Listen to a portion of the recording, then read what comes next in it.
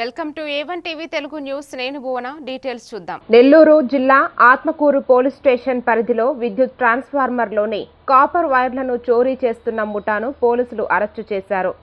పంట పొలాల్లో ఎవరూ లేని సమయంలో ట్రాన్స్ఫార్మర్లను లక్ష్యంగా చేసుకుని వాటిలోని కాపర్ వైండింగ్ వైర్లను అపహరించి విక్రయిస్తున్న నలుగురు నిందితులను అదుపులోకి తీసుకున్నారు.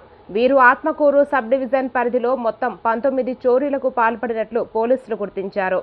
నిందితుల వద్ద నుంచి 2.31 లక్షల విలువైన కాపర్ వైండింగ్ వైర్లను స్వాధీనం చేసుకున్నారు.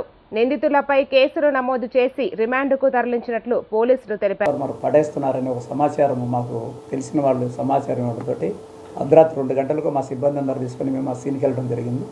ఆ సీన్కి వెళ్ళినప్పుడు అక్కడ వాళ్ళు ఈ పెద్ద పొడవాటి బొంగుకారతోటి ఆ ఫీజులు పడగొట్టేసి ఆ డబ్బా కింద పడగొట్టి ఆ కాపర్ వైర్ కోసం ఆ స్పానర్లతో తీస్తూ ఉండేటప్పుడు లైవ్ మాకు దొరకడం జరిగింది.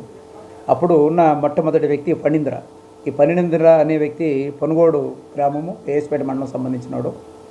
ఇతను గతంలో ఈ వెంకటేశ్వర్లు చేవూరి వెంకటేశ్వర్లు అనే అతను ఆనందసాగరం అతను అయితే తను కడప జిల్లాలో ఉంటుంటాడు, కడప టౌన్లో. ఈ కడప టౌన్లో ఉండేటప్పుడు వీళ్ళ బాబాయ్ ఇట్లా ఈ నేరాలు చేస్తూ ఉంటే తనతో వీడు అడిక్ట్ అయ్యి ఈ నేరాల్లో పాల్గొనడం జరిగింది. ఈ నేపథ్యము